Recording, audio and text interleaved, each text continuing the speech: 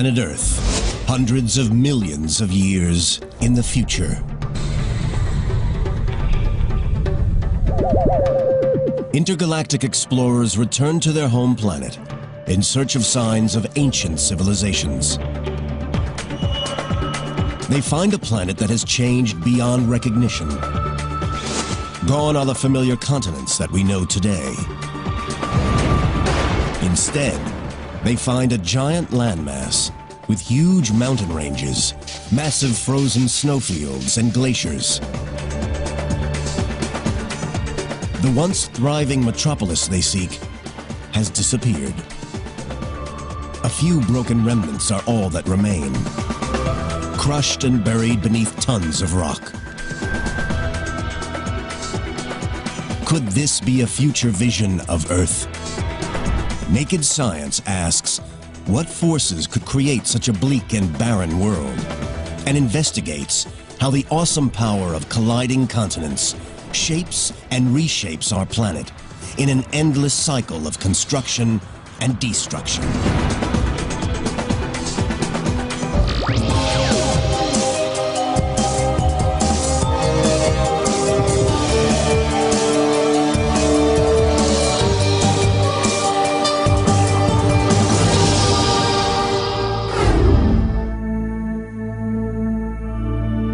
Our world, the Earth. From space, it's easy to see the distinctive pattern of land that makes up the continents: North America, South America, Africa, Antarctica, Europe, Asia, and Australia. Giant landmasses separated by oceans that stabilize the environment with hospitable weather patterns, suitable for civilization and cities to evolve and prosper.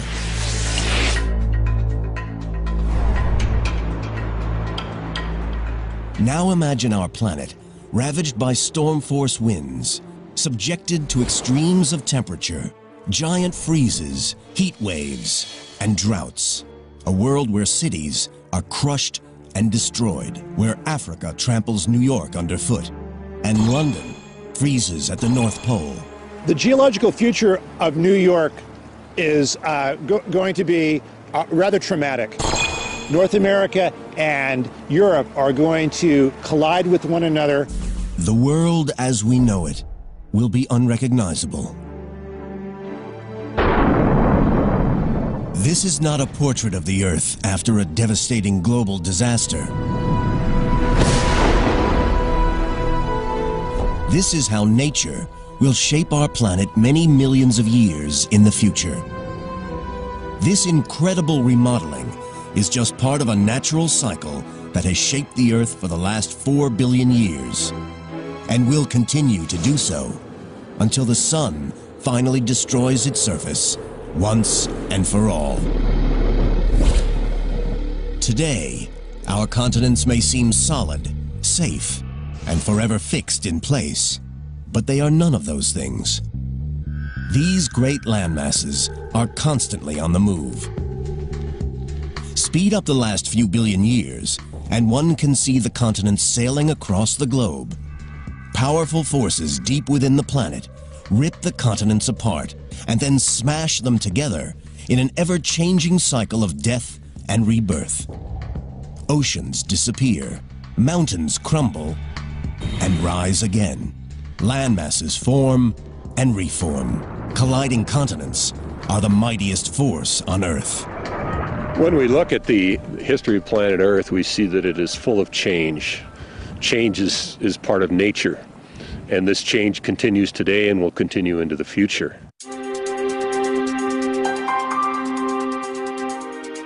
To understand how the continents shape our world, we must first travel back in time to the very birth of the Earth.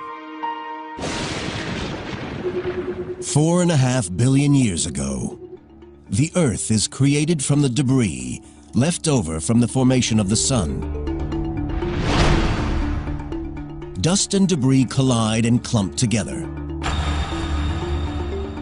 Once these clumps grow into objects about half a mile in diameter, they create enough gravity to attract more material. Slowly, these clumps grow into as many as 20 planets. As these new planets orbit the Sun, they begin to collide. One collision with the planet Theia, which creates the Moon, obliterates the surface of the Earth. The energy from the collision makes the Earth incredibly hot. At around 11,000 degrees Fahrenheit, it's more than 7 times hotter than the inside of a cremation furnace. Earth is a massive molten ball of boiling lava. This is primeval hell, where thousands of asteroids and comets bombard our world. But deep within the planet, a process starts that will lead to the first land. The heaviest elements, lead and nickel, sink down toward the center of the Earth to form a molten core. The lighter elements, including oxygen and silicon, rise toward the surface, where they erupt in volcanoes of molten rock. Slowly, the Earth's surface cools. Molten lava solidifies to form patches of crust, the seeds of the first continents. But even as the first land is born, it faces a battle to survive. We were being bombarded by a large number of asteroids very early in the history of the planet. So there's a lot of dynamic change from being walloped by giant impacts, disturbing things. Geology professor Sam Bowring is an expert in early Earth and the genesis of the continents. When we had an early crust is an interesting question. I suspect we had an early crust from day one. The question is, how long was that preserved? When the Earth was being bombarded constantly by asteroids, the chance of preserving any small chunk of that crust was very low.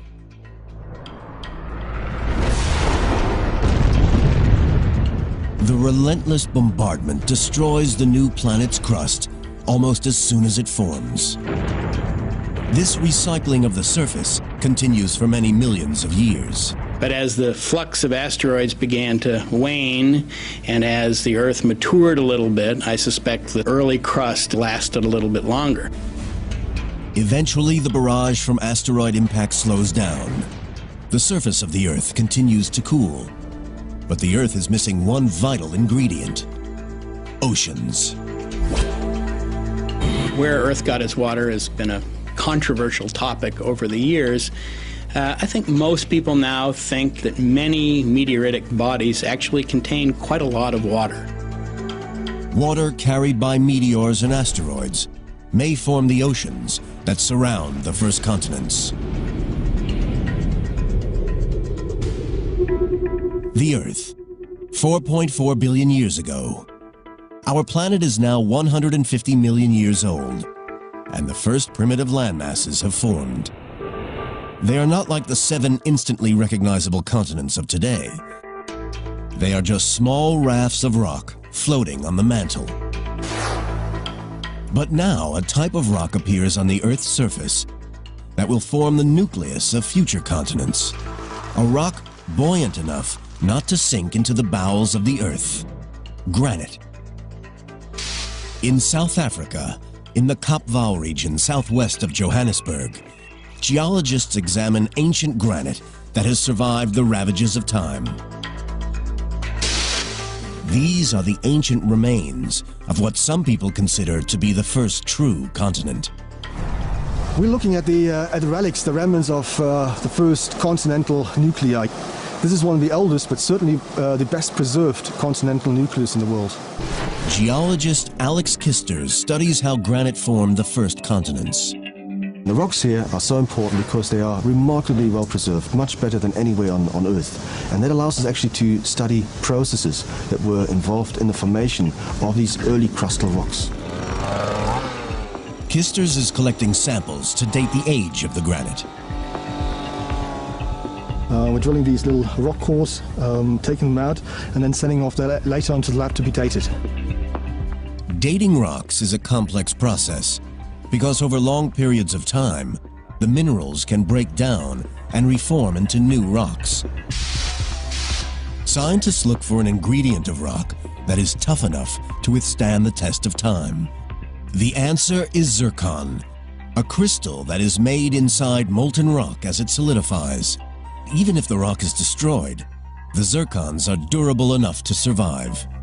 Zircon is an incredibly interesting mineral, and it incorporates uranium and excludes lead, and that sets us up to have basically nature's time capsule. To illustrate this process, imagine that this hourglass is a newly formed zircon crystal. Sand in the top represents uranium. The sand in the bottom represents lead. Over millions of years, the uranium in the zircon turns into lead. Measuring the relative proportions of sand in the top and bottom of the glass reveals how much time has passed. Uranium's relentless decay into lead gives us a natural clock. Using this technique, geologists date this granite at 3.5 billion years old. This makes it some of the oldest rock on the planet. These rocks make up a major part of what is known as the Kapval Craton. A craton is an ancient raft of rock, light enough to float on the mantle, and around which a continent will grow. Ancient cratons have also been found in the heart of the Australian and North American continents. The craton here in Kapval in South Africa stretches for 463,000 square miles. It's almost twice the size of Texas. Without granite, the craton and modern continental crust wouldn't exist. Granite forms when minerals in the crust melt, then react with water, cool, and crystallize.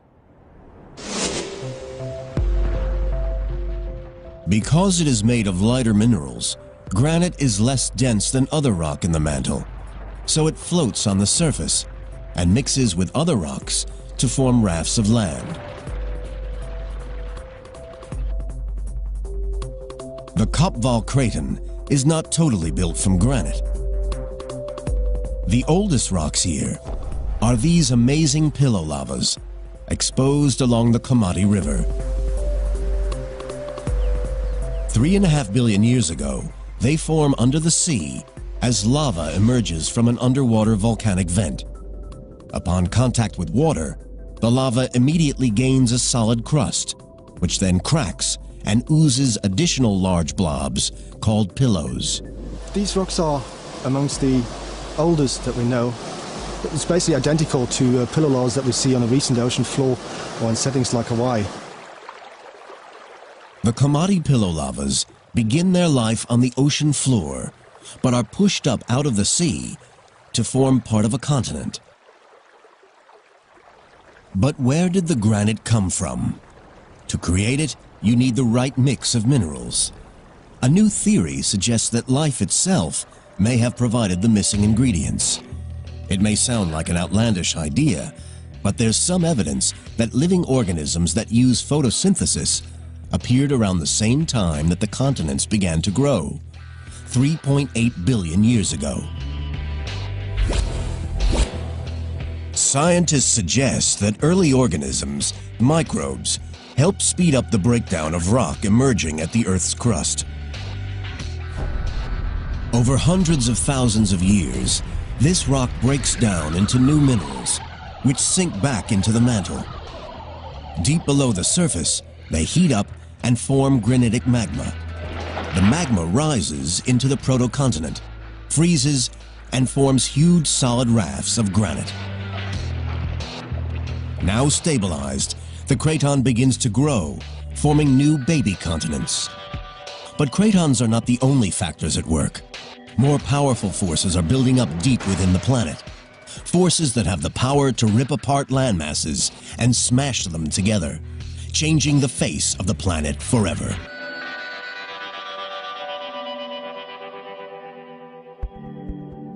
Four and a half billion years ago, the Earth forms.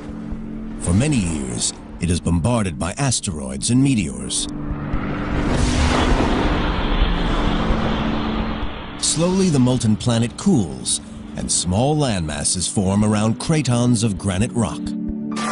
Massive forces from deep within the planet rip apart and smash these small proto-continents together as they grow into the large landmasses we see today. The surface of the Earth, the crust, is made up of a giant jigsaw of interlocking pieces called tectonic plates. The separate plates themselves sit on the mantle, the layer between the crust and the Earth's core. Although the mantle is made of rock, the heat and pressure deep down mean it's flexible enough to allow the plates above to move up to several inches a year.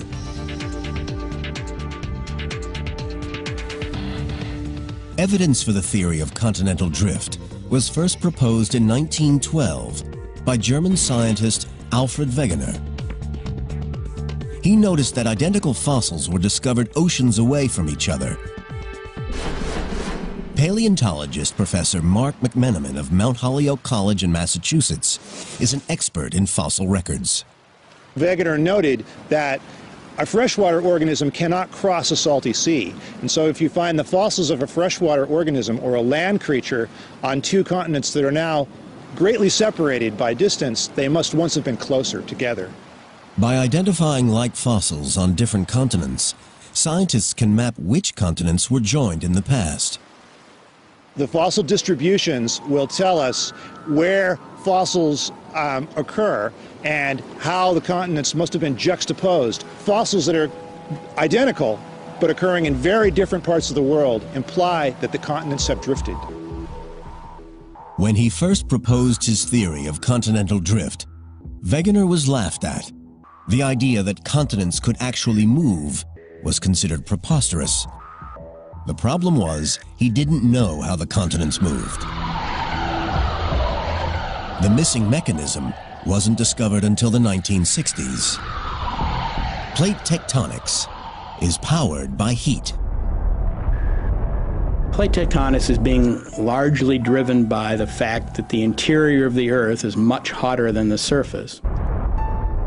The temperature at the center of the core is 10,000 degrees Fahrenheit. It's as hot as the outer parts of the sun. Much of the heat is left over from the collisions and massive bombardment during the early days of the Earth. The rest comes from radioactive decay of heavy elements in the core. Heat escaping from the core creates convection currents in the next layer of the Earth, the mantle. The process is like a lava lamp, where heat from the bulb at the bottom creates convection currents in the oil, pushing the synthetic lava upward. The heat melts part of the mantle and sends plumes of magma, molten rock, rising to the surface. It rises between cracks in the plates, creating new rock that pushes the plates apart. I think that plate tectonics is virtually inescapable on this planet. It's an exceedingly efficient way to cool the interior of the Earth. This formation of new rock splits apart and separates the plates and the continents sitting on them. Today, the majority of this new rock forms under the sea, creating vast interconnected volcanic mountain ranges that extend through all the major oceans of the world. One range can clearly be seen at the bottom of the Atlantic Ocean, along the Mid-Atlantic Ridge. It stretches more than 12,000 miles from the subantarctic to the Arctic. It comes to the surface in a few places. Iceland was created from volcanic lava, bubbling up at the junction between the North American and Eurasian plates. It's one of the few places on Earth that one can actually see continents being pushed apart. We are watching here geological structures that you cannot really watch anywhere else. It's like a big textbook of geology. This is where the Earth's crust is being made. Paul Einarsson, professor of geophysics at the University of Iceland, monitors the mid-ocean ridge where the continental plates are splitting apart. The ridge in Iceland is almost 3 miles wide. On one side is the North American plate, on the other side, the Eurasian plate. The rift here grows as new rock forms at its center, pushing North America and Europe away from each other. The Atlantic Ocean widens, and the two continents drift apart. Eventually, the Atlantic could become as big as the Pacific. To measure how fast they're splitting, Einarsson takes global positioning system readings at specific points along the plate margin. We put the antenna right on top of the point, and then we can calculate the exact position of this point in the world with respect to the center of the Earth. Although the ridge appears calm and there's no magma rising to the surface, Einarsson's measurements show that the two continents are drifting apart by around an inch a year. So by the end of the century, Europe and America will be almost 8 feet further apart. The movement in Iceland is typical of the processes shaping the continents since their birth 4.4 billion years ago. It's part of the great cycle of the Earth's continents. The new crust, created at the mid-ocean ridge, moves away, cools, and eventually sinks back into the Earth. When the first proto-continents formed, there were several interconnecting tectonic plates, constantly bumping and grinding against each other, pushing the new land over the planet. Today, the Earth has over a dozen plates, some colliding together, some moving apart. They are powerful enough to move a continent the size of North America over 3,000 miles in 200 million years. That's 15 miles every million years. The Earth, 3.4 billion years ago, and plate tectonics pushes the proto-continents together. They combine to form ever larger tracts of land. Scientists suggest that cratons combine with other cratons to form a supercontinent, a huge continuous stretch of land. It's called Hvalbára. Scientists are unsure of its exact shape or size, as only a few pieces, like the craton in South Africa, still remain. But Hvalbára's days are numbered. A rising plume of heat is growing beneath it. It's about to rip the world's first supercontinent into pieces.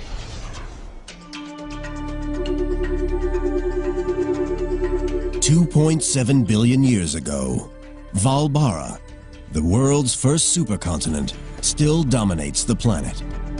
But plate tectonics, powered by heat from the Earth's core, is about to split it apart. Rock is a good insulator. When a continent gets very large, the rock traps heat beneath it. As it gets hotter and hotter, a plume of superheated magma builds up beneath the giant continental mass. The temperature continues to rise, and pressure in the mantle increases. Eventually, the crust can no longer contain the pressure, and the hot lava breaks through, ripping the land apart. You can see this process happening today in Africa. Heat from the Earth's core is ripping the continent apart. A giant rift valley runs from the Red Sea down to Mozambique. Giant cracks are opening up in the land. Volcanoes, like Kilimanjaro, mark spots where molten rock have risen to the surface in the past. In 10 million years, the eastern half of the continent will have split away. The molten lava trapped beneath the giant supercontinent of Hvalbára eventually smashes through the surface rock.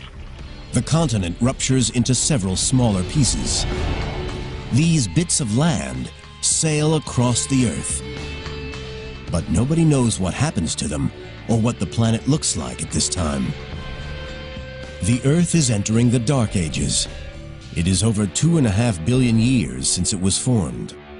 It will be over 1 billion years before another supercontinent forms.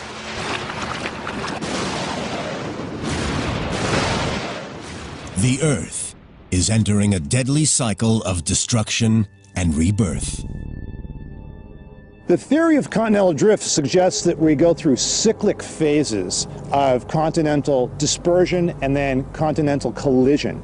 And the continents then seem to move apart from one another and then collide with one another over maybe 100 million year or more time scale.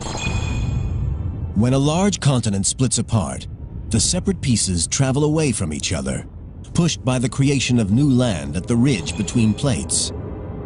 Because the Earth has a constant surface area, the same amount of land created must be absorbed into the Earth. This process happens at subduction zones at the junctions of plates. At a subduction zone, crust dives down into the mantle to be melted to form new rock. When the plate subducts into the Earth, it brings two pieces of land together. When they collide, a new supercontinent starts to form. It is now 1.1 billion years ago on our timeline, and the next known supercontinent has formed. Its name is Rodinia, and it holds almost all of the continental rock on the surface of the Earth. Still, no one knows exactly what it looked like, but at its heart is an area that will eventually become North America. 350 million years later, the cycle of annihilation and creation starts again as the buildup of heat beneath the surface of the Earth tears Rodinia apart. When Rodinia splits, it forms several smaller continents that for millions of years drift apart and then drift back together again to form Gondwana, a supercontinent in the southern hemisphere. Eventually, after several hundred million years, Gondwana slowly splits apart. Plate tectonics pushed the land back together to create the world's last supercontinent. It's a huge landmass known as Pangaea. All the continents we know today are here, joined together. Geologists are able to plot the continents' relative positions because 350 million years ago, there are numerous species on Earth, each living in distinct regions. This specimen that I have right here is the first trilobite that was ever described from what is now the United States. It is exactly the same type of trilobite that occurs on the other side of the Atlantic Ocean in North Africa. So we know then that the trilobites in the old and new worlds must have been close together because they're so closely related. The fossil records show that North America and Europe rest next to one another. The land where New York now sits is next to Morocco in North Africa. The Atlantic Ocean does not exist. The east coast of South America nestles against the western coast of Africa, while Australia, India, and Antarctica are joined to the southeast of Africa. If we want to look at a picture of the world 250 million years ago, we're going to look at a world in which a four-footed creature could walk from one end of this landmass to the other. Pangaea is one giant continuous landmass. It not only makes the world look very different, it also has a dramatic effect on climate. Because much of the land is located far from the sea, the climate of the interior changes radically from season to season. It gets very hot in the summertime and extremely cold in the winter. You don't have the moderating influence of the ocean that we have today. So it's a very different world. And it's a world that in some ways is harsher and less hospitable, at least to life on land. It's thought that the climate change caused by Pangaea's formation may have played a role in one of the largest mass extinctions on Earth. This event, known as the Permo-Triassic mass extinction, wipes out about 90% of all life on Earth. It's been called the mother of all mass extinctions. I would consider that the formation of Pangaea, with its climate worsening effects, to be a contributing factor, however, and not the sole cause of the mass extinction. 250 million years ago, and the supercontinent of Pangaea is breaking up. The continents we know and recognize today begin to take shape. Over the next tens of millions of years, South America drifts away from Africa, North America away from Europe, Australia splits off from Antarctica, and heads north to warmer climes. The positions of our continents are becoming familiar, although their distinguishable features are not. The world's vast mountain ranges, the Alps and Himalayas, and its great valleys, like the Grand Canyon, are yet to form. They will emerge out of one of the biggest battles in nature, the battle between colliding continents.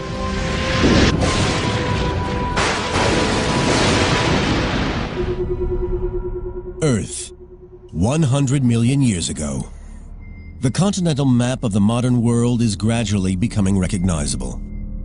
But a battle is still raging between the continents that will change the face of our world forever and create some of the most extraordinary geological features on the planet.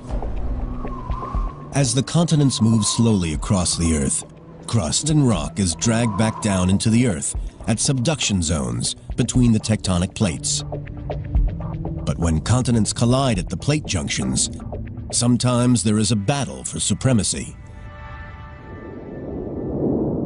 If neither plate will submit and drop down to be consumed by the mantle, then both the continents slowly smash and grind into each other. These pinch points of continental collision build mountains.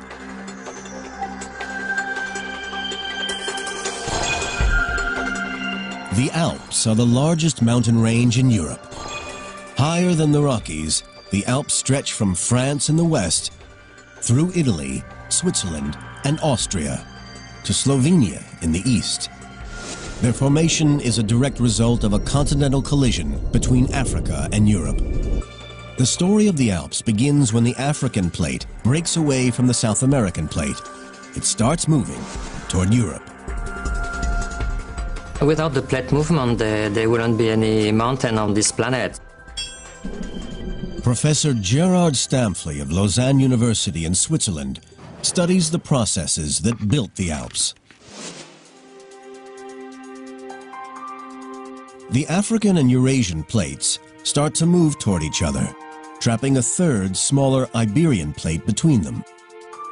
The three plates collide. The Eurasian plate is pushed downward into the mantle, chopping off the Iberian plate. The Tethys Sea begins to close. As the Eurasian plate grinds underneath the African plate, it pushes the Tethys Sea floor and part of the Iberian plate 600 miles north and many thousands of feet into the air. Rocks that started life on the bottom of the ocean end up at the top of the Alps. Quite fascinating to imagine that if you are on top of the Matterhorn, you're actually staying on top of Africa. For geologists, Africa stops in the Alps. Over the next 100 million years, the continents continue to smash together. New mountain ranges start forming around the globe. The largest, the Himalayas, form as the Indian plate charges northward toward the Eurasian plate. It moves at 2 inches per year, lining up a head-on collision. The movement of the Indian plate leads to a clash between two giant continents and creates some of the highest structures ever to exist on Earth. The incredible power of continental drift not only builds mountains, it also sculpts one of the world's most recognizable landmarks, the Grand Canyon in Arizona. The Grand Canyon is a great scar on the surface of the Earth. Geologist Ron Blakey has been studying the canyon for over 30 years. It's just a wonderful place to come face to face with planet Earth. The Grand Canyon is 277 miles long and up to 18 miles wide. At its deepest, it stretches down for over a mile. The gorge exposes the interior of the North American continent. It's like looking through the pages of a book. Each layer tells a story about the past. One of the really neat things about Grand Canyon is as we go up the walls of the Grand Canyon, it's just like going through a time machine. Layer upon layer of rock reveal the geological history of North America, from present day to 2 billion years ago. The deeper you go, the older the rocks. By studying the layers, Blakey can piece together the history of the canyon. He finds some of the most interesting evidence at the very top: fossils of ocean creatures. Wow, this bed's the jackpot here. What we have is an extraordinary example of a Permian seafloor. The most important thing it tells us with respect to the Grand Canyon is that this area had to be near sea level when these rocks formed. Now it's 7,000 feet above sea level on the rim of the Grand Canyon. So something had to happen. Either the sea had to fall 7,000 feet, and we're pretty sure that didn't happen, or this landscape had to be uplifted 7,000 feet. We're pretty sure that happened. 250 million years ago, the canyon starts to form as a result of a collision between the Pacific and North American plates. They collide with such force, the North American plate thrusts more than 2 miles upward. What was once seabed rises over a period of 15 million years to form a vast plateau far above sea level.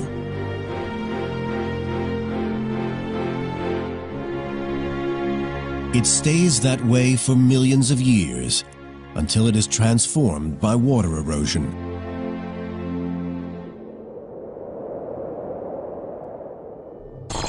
Six million years ago, several hundred miles south of the canyon, plate movements open up the Gulf of California to the sea.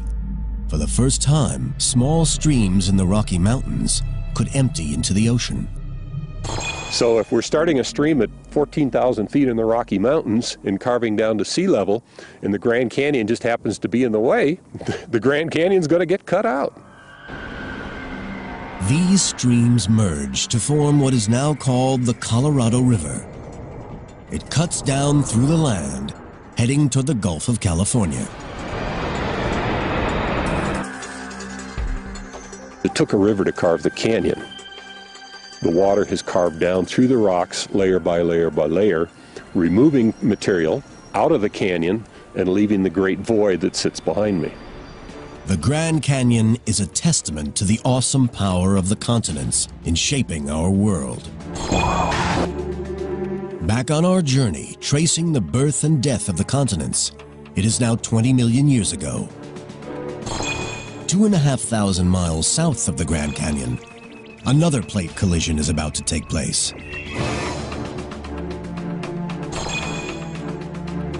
The map of the modern world is almost complete. At this time, water flowing freely between the Pacific and Atlantic Oceans still separates North and South America. Over many millions of years, the Pacific plate begins sliding under the Caribbean plate. The pressure causes underwater volcanoes to erupt. Some explode with such ferocity that they create a range of small islands between North and South America.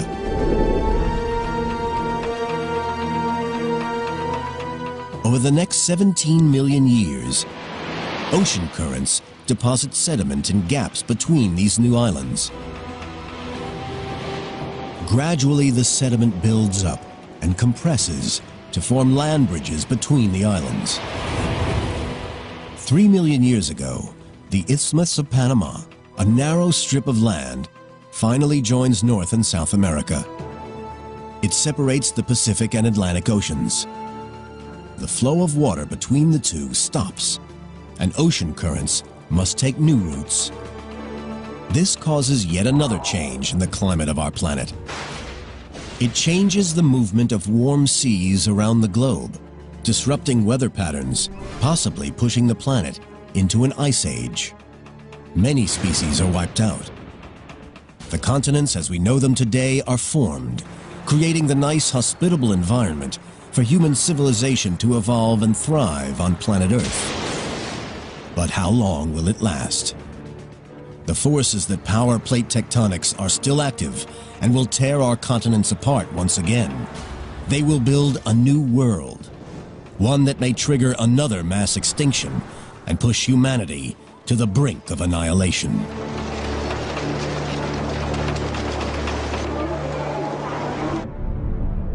A view from space reveals Earth's continents as we know them today. There are 7 in total, but some are separated by a political divide rather than a geographical one. Africa-Eurasia is a supercontinent comprising of Africa, Europe, and Asia. It stretches from the Siberian Plateau in Russia to the Cape of Good Hope in South Africa. A spectacular route across 3 continents, incorporating dramatic climate change, vivid scenery, and diverse cultures. However, Africa-Eurasia isn't the only supercontinent on the planet. Because the Panama Isthmus links North and South America together, they too can be thought of as one vast landmass.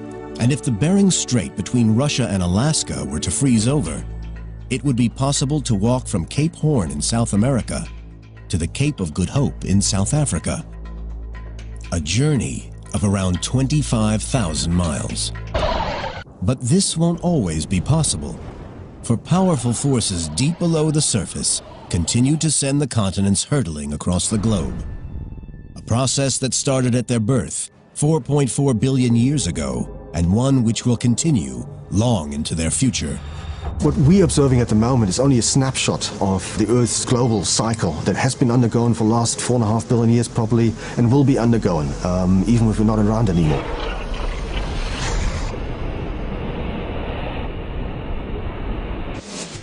The global continental cycle has another impact on our world.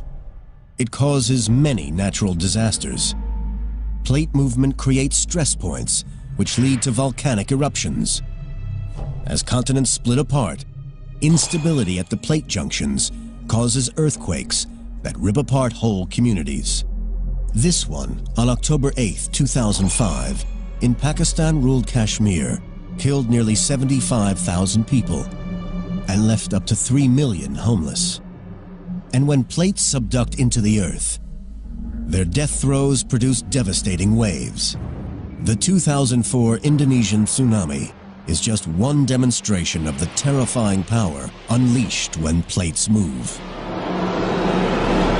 Such natural disasters are part of the continental cycle, and they're not going to stop. Plates moving is something we have to live with. There's nothing we can do about it. It's going to happen. There are going to be big earthquakes in California. There's going to be a lot of damage. There's going to be loss of life.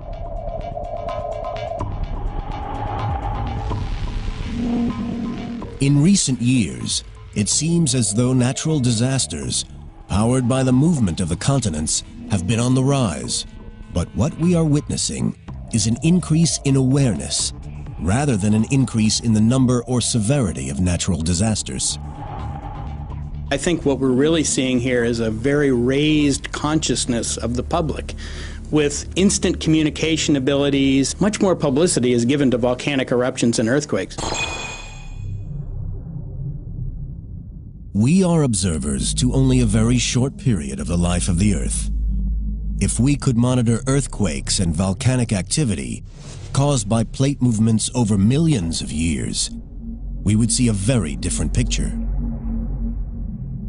When you look at something over 10 years, you might have 10 major earthquakes. The next 10 years you might not have any, but that's not significant. It just is related to the short period of time that you're making the observation at. When you start looking at hundreds, thousands, and millions of years, all that averages out. It's impossible to predict exactly when the next disaster will occur. But it is possible to predict where it will happen. The plate boundaries. Map the location of earthquakes and volcanoes, and they line up with the cracks between plates. Plot where these plates will move over the next tens of millions of years, and the future looks bleak for many of the world's cities.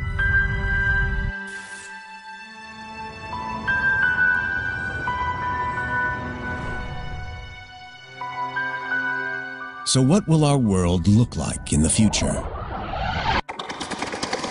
50 million years from now, the Atlantic Ocean will widen, pushing New York further away from North Africa. Meanwhile, in the southern hemisphere, Australia will be on a collision course with Southeast Asia, and in Europe, Africa will head north, closing the Mediterranean Sea. A new mountain range will form where Italy and Greece once stood. Known as the Mediterranean Mountains, they will be as big as the Himalayas, extending from Spain across southern Europe, through the Middle East, and into Asia. 100 million years in the future, and the power of continental movements will render the surface of the Earth unrecognizable. The Atlantic Ocean will continue to widen, but a subduction zone will form along its western shoreline. The first sign of it can be seen today in the Caribbean, the Puerto Rico Trench. This trench will grow north and south along the east coast of North and South America. This vast subduction zone will consume the Atlantic Ocean, dragging Europe and Africa back toward the Americas. 250 million years in the future, intergalactic explorers returning to their home planet will find a world very different to the one in their records. There will no longer be 7 continents, but one gigantic landmass containing most of the land on Earth. They could find it a barren, frozen world. The explorers search for the remains of our cities, but when Europe and America collide, any cities along the coastlines will be gradually destroyed. The geological future of New York is going to be rather traumatic. In the long term, New York is going to be at the site of a continental collision. North America and Europe are going to collide with one another and produce a distinctive suite of rocks which will eventually be crumpled between the two continents as they collide. New York and its neighbors will be crushed and buried beneath the surface, leaving no more than a few remains. In the future, geologists will be able to find remains of New York City trapped in the rocks themselves, either buildings or plastic bottles or old autos and their parts. All of these things will be incorporated into the fossil record and will be recognizable to a future geologist who knows what she or he is looking for.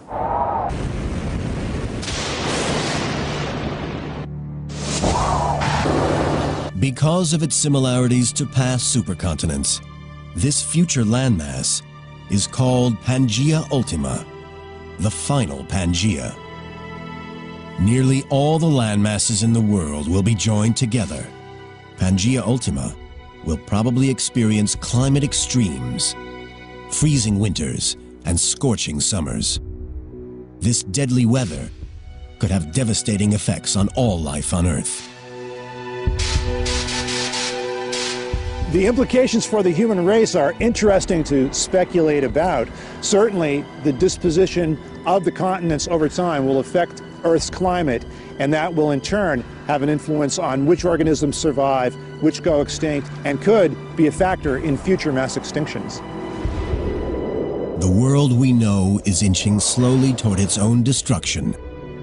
The processes that shape the surface of the Earth are never going to change. We're going to have earthquakes, we're going to have volcanoes, we're going to have tsunamis and hurricanes, regardless of whether humans inhabit the planet. And so the planet will always be here, probably. Plate tectonics will operate for the foreseeable few 100 million years. The question is whether humans will be here to witness it or not. But even Pangaea Ultima might not be the end of the story. The forces that created it may eventually rip it apart and start the cycle of death and rebirth again. But by then, the impact of colliding continents could have been too much for our species. With our cities destroyed and the climate severe, we may have already left our planet in search of a safer home.